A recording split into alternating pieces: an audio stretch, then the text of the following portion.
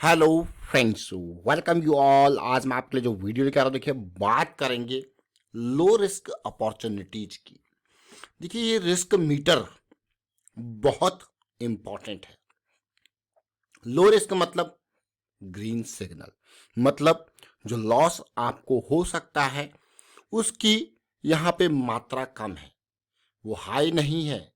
अब आप कहोगे यार ये लो रिस्क अपॉर्चुनिटीज आपको कब मिलेंगी। देखिए जनरली मार्केट में रिस्क होता ही होता है, तो इसीलिए आपको हमेशा कहा जाता है कि risk management is the key.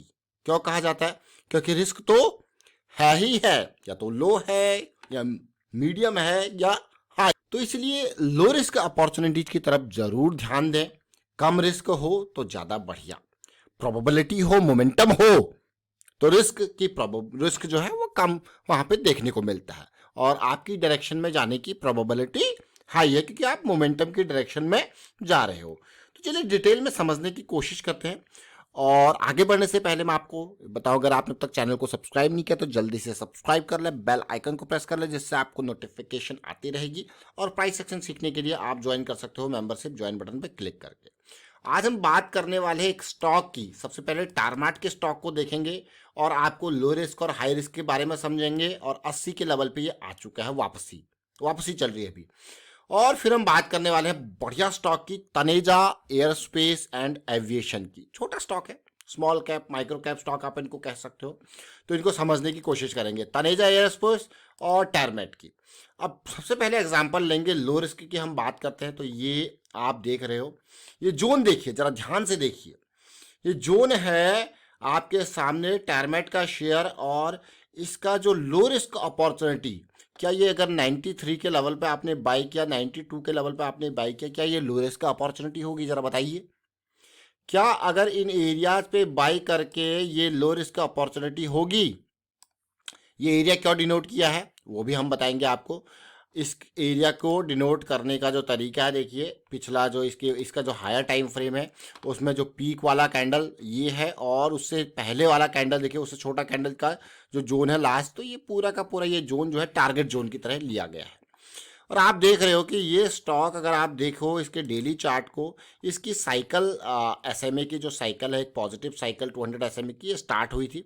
और स्टार्ट होते ही ये स्टॉक रडार में आया था, और आपके सामने हमने बहुत ही बेहतरीन वीडियो भी क्रिएट किया था। 60-64 की रेंज थी टैरमेट की, देख रहे हो चार्ट को। और इसका टारगेट जोन ये था 90 से 100 का जोन। अब आपको क्या वाह, बिल्कुल टारगेट जोन में गया और वापसी यहाँ पे देखने को मिली है। लेकिन अब देखिए, जरा ध्यान से समझना। अब इस एरिया में बाइंग करना, मैं आपको हमेशा बार बार कहते हैं कि जब हम लॉन्ग टर्म इन्वेस्टमेंट की बात करते हैं तो बड़े टाइम फ्रेम्स की बात करते हैं, किनकी? Monthly, weekly, daily. और उनमें जो मेजर जो साइकिल समझने की कोशिश करते हैं वो या तो वीकली की होती है, डेली की होती है। डेली की साइकिल में बियरिश साइकिल है, तो हम आपको बार बार कहते हैं कि भाई डेली की अगर बियरिश साइकिल है तो लॉन्ग साइड नो एंट्री, दूरी, wait, patience, no entry. Entry तभी करेंगे जब पॉजिटिव साइकिल स्टार्ट होगी। और जैसे इसकी देखिए, इसकी पॉजिटिव साइकिल ये स्टार्ट हुई थी और आपके सामने बिल्कुल प्रस्तुत कर दिया था स्टॉक बिल्कुल ठीक इसी रेंज में for the target of this. Percentage की बात, अगर आपने वीडियो नहीं देखा तो डिस्क्रिप्शन में लिंक जरूर देंगे। एक तो भाग्य विकृति इंडस्ट्रीज वही पहुंचा हुआ है, देखिए। और ये जो टारगेट जोन था 40-50% का, आप देखिए ऑलमोस्ट कितना टारगेट दिया इसने, 40% के पार का ये टारगेट दिया। इजीली अचीव हुआ, इजीली अचीव हो गया टारगेट। चलिए ठीक है, बढ़िया बात है। लेकिन ये एरिया ध्यान रखें, ये एरिया 90s का जो जोन है वो बाइंग के हिसाब से हाई रिस्क अपॉर्चुनिटी है। तो लो रिस्क कौन सा है? Close to the moving average, मतलब ये जोन 50 से 60-65 का ये जोन, ये आपका है लो रिस्क अपॉर्चुनिटी।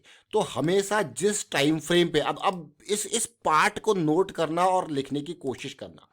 जिस टाइम फ्रेम की साइकिल को आप प्ले कर रहे हो, बिल्कुल ध्यान से फिर से समझना।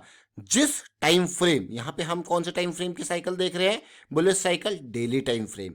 अब आप इसको रिलेट कर सकते हो छोटे टाइम फ्रेम पे, जब इंट्राडे में हम देखते हैं या तो 1 मिनट की साइकिल होती है या 5 मिनट की साइकिल होती है। तो जिस टाइम फ्रेम पे हम साइकिल को देख रहे हैं, जिस टाइम फ्रेम की 200 एसएमए की साइकिल को प्ले कर रहे हैं, वहां पे वो साइकिल की स्टार्टिंग का टाइम होना चाहिए। That is the low risk opportunity.